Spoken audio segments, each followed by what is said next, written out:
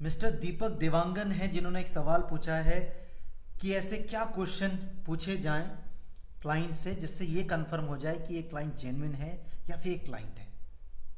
देखिए, जब भी आपके पास कोई क्लाइंट कॉल करता है, देखिए मैं आपको जो बात बता रहा हूँ ध्यान से समझिएगा। जब भी आपके पास कोई क्लाइंट कॉल करता है तो आपने उससे कुछ ऐसे सवाल पूछने जिससे ये क्लैरिटी हो जाए कि ये जेन्युइन है या फेक है। जेन्युइन मतलब कि ये एंड यूजर है, यानी कि ये एंड कस्टमर है जिसको प्रॉपर्टी चाहिए, ये किसी के बिहाफ में नहीं पूछ रहा। ठीक है, तो आपने ऐसे सवाल पूछना है कि आपको ये पता चल जाए who is the decision maker, या जो आपसे बात कर रहा है क्या वो डिसीजन मेकर है उस प्रॉपर्टी के लिए जो आपने लिस्ट करी है, उस प्रॉपर्टी के लिए जिसके लिए वो बात कर रहा है, क्या वही डिसीजन मेकर है या वो किसी और के बिहाफ में बात कर रहा है। ही मे बी ब्रोकर, वो ब्रोकर हो सकता है, कोई रिश्तेदार हो सकता है, कोई भी हो सकता है। तो ऐसे सवाल पूछ लीजिए उससे। अब कैसे सवाल पूछेंगे आप, ये जानना जरूरी है। आपको बहुत बेसिक सवाल पूछने, बहुत बेसिक्स। मैं आपको एक प्रिंसिपल बताता हूं, कभी भी आपको किसी व्यक्ति के बारे में जानना है कि इसके मन में क्या चल रहा है, उससे सवाल पूछ लीजिए। सवालों की लड़ियां लगा दीजिए, अच्छे सवालों की। आप वो जिस तरह से जवाब देगा आप खुद समझ जाओगे कि उसके मन में चल क्या रहा है। अब कोई भी क्लाइंट है, कोई भी कस्टमर है जो आपकी प्रॉपर्टी के लिए आपसे डिमांड कर रहा है, आपसे पूछ रहा है कि ये प्रॉपर्टी आपने लिस्ट करी है, ये प्रॉपर्टी आप सर्व कर रहे हैं, ये हमने उस सोशल मीडिया प्लेटफॉर्म में देखा, इसकी प्राइस क्या है, कहाँ है, क्या है, बहुत सवाल पूछ सकता है। अब आपने कैसे हैंडल करना है इसे। पहला सवाल जो आप उससे पूछेंगे उस क्लाइंट से कि सर आप अपना नाम बताएं। कई लोग नाम नहीं बताते, आपने पूछना है सर आप अपना नाम बताएं, वो अपना नाम बताएंगे। उसके बाद आप उनसे पूछिए कि आप कहाँ से बात कर रहे हैं। और देखिए, पूछने का तरीका ऐसा होना चाहिए कि सामने वाले को भी, कस्टमर को ये पता चले कि ये बहुत प्रोफेशनल बंदा है।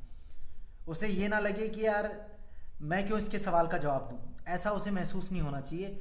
जो जो आप सवाल पूछें उसका जवाब दें। और जहां अगर वो ये कहे कि आप इतना सवाल क्यों पूछ रहे हैं, तो उनको बोलिए कि sir this is a process of our consulting, हम कंसल्ट करते हैं अपने क्लाइंट को, इसीलिए हम ये सवाल पूछ रहे हैं। तो आई होप, आई बिलीव कि आप हमें सपोर्ट करेंगे, कॉपरेट करेंगे इस चीज़ पे।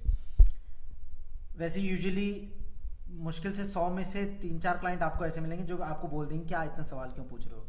बट आपने पहला सवाल क्या पूछना है, उनका नाम, वो कहाँ से बात कर रहे हैं। उसके बाद आपने ये सवाल पूछना है कि क्या ये प्रॉपर्टी आप अपने लिए देख रहे हैं या फिर किसी और के लिए। सीधे सीधे स्ट्रेट फॉरवर्ड सवाल, कोई डर नहीं, कोई कुछ नहीं। ये नहीं सोचना कि ये बंदा क्या सोचेगा मेरे बारे में कि ऐसे क्या सवाल पूछ रहा है ना। क्या ये प्रॉपर्टी सर आप अपने लिए देख रहे हैं, किसी और के लिए देख रहे हैं, ये सवाल आएगा। अब देखो, ऐसा है कोई भी व्यक्ति छुपाता नहीं है, बहुत कम चांस होंगे कोई छुपाएगा। अगर छुपाएगा और कल को विजिट पे आएगा तो पकड़ा जाएगा। ठीक है, तो इसलिए ज़्यादातर लोग सच बोल देते हैं कि हाँ मैं किसी और के लिए देख रहा हूँ या हाँ मैं अपने लिए देख रहा हूँ, तो क्लियरिफाई हो जाएगा। क्योंकि खुद आएगा फिर ऐसे में बेइज्जती हो जाएगी, उस समय आप बोल सकते हो कि सर आपने सच सच नहीं बताया था। ठीक है, तो ये तो आप तीसरा सवाल पूछोगे कि आप किसके लिए देख रहे हैं, अपने लिए या किसी और के लिए। यहीं आपको क्लियर हो जाएगा कि क्लाइंट अपने लिए देख रहा है, जेन्युइन है, या किसी और के लिए देख रहा है। अब आपने उससे पूछना है, फॉर एग्जाम्पल उसने आपकी प्रॉपर्टी के लिए क्वेरी की, कोई दिक्कत नहीं। अगर वो आपसे सलाह मांग रहा है कि आप मुझे सजेस्ट कीजिए या मैं इस तरह की प्रॉपर्टी देख रहा हूं, तो आप उससे सीधे बजट पूछिए, सीधे बजट। और बजट हमेशा मैक्सिमम होना चाहिए, मिनिमम नहीं। कई लोग क्या करते हैं, आपके पास प्रॉपर्टी होगी फॉर एग्जाम्पल 1 CR में, बहुत अच्छी प्रॉपर्टी फॉर एग्जाम्पल, कई लोग आपसे बोलते हैं सर हमें 50 लाख के बजट में प्रॉपर्टी दिखा दो, जानबूझ के। क्यों? क्योंकि उन्हें लगता है छोटा बजट पूछते हैं ना, छोटे बजट में बढ़िया चीज दिखाएगा। ऐसा नहीं होता। जितने भी जेन्युइन सेलर्स हैं, जितने भी जेन्युइन ब्रोकर्स हैं, अगर आप अपने क्लाइंट को अच्छे से सर्व करना चाहते हैं without wasting your time and without wasting theirs, उनका और अपना समय बर्बाद ना करते हुए अगर आप अपना काम करना चाहते हैं, तो सीधे सीधे उनसे सवाल पूछिए, sir what is your maximum budget, and please be very honest कि आप अपना मैक्सिमम बजट बताएं। क्योंकि आप अपना मैक्सिमम बजट बताएंगे तो हम आपको सर्व इजीली कर पाएंगे, हम आपको बेस्ट प्रॉपर्टी शो करेंगे। नहीं तो हमें सिर्फ आपको एडजस्ट वाली प्रॉपर्टी दिखानी पड़ेगी जो आपको भी विजिट करके मज़ा नहीं आएगा, ना लेके मज़ा आएगा। तो सीधे सीधे आप मैक्सिमम बजट का पूछिए। तो ये कुछ बहुत बेसिक से सवाल हैं जिनसे आपको भी फिल्टर आउट हो जाएगा, ये क्लाइंट अपने लिए देख रहा है और आप भी क्लियर हो जाओगे, क्योंकि कॉन्वर्सेशन तो करेगा ना आपके साथ बातें तो करेगा। और एक और चीज़, आप जितना ज़्यादा क्लाइंट के साथ इंटरेक्शन करेंगे, जितना नंबर ऑफ क्लाइंट्स आप केटर करेंगे, उतना ये एक्सपीरियंस आपका बढ़ता रहेगा। तो आपके धीरे धीरे करके अलग अलग तरह के सवाल आपके पास मन में आते रहेंगे। जैसे एक सवाल आप ये भी ऐड ऑन कर सकते हैं, आप जैसे कोई लैंड के लिए पूछता है तो आप पूछ सकते हैं आप रेजिडेंशियल पर्पज से देख रहे हैं, इन्वेस्टमेंट पर्पज से देख रहे हैं। कई लोग बोलते हैं नहीं हम इन्वेस्टमेंट पर्पज से देख रहे हैं, बाद में घर बनाएंगे।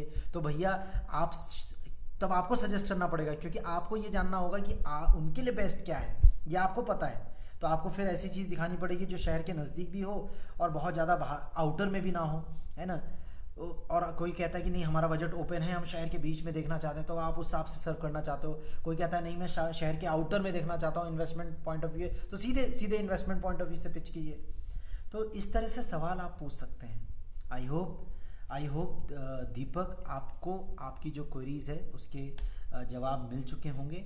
आई होप दीपक आप अपने रियल एस्टेट बिजनेस में बेटर कर रहे होंगे। कोई भी आपके डाउट हो, कोई भी क्वेरीज हैं तो आप कमेंट कर सकते हैं। Thank you so much and please do share this video with all your brokers friends. अपने सारे ब्रोकर रियल एस्टेट भाई बहनों के साथ इस वीडियो को शेयर कीजिए, आप जितने भी व्यूअर्स इस वीडियो को देख रहे हैं। God bless you all.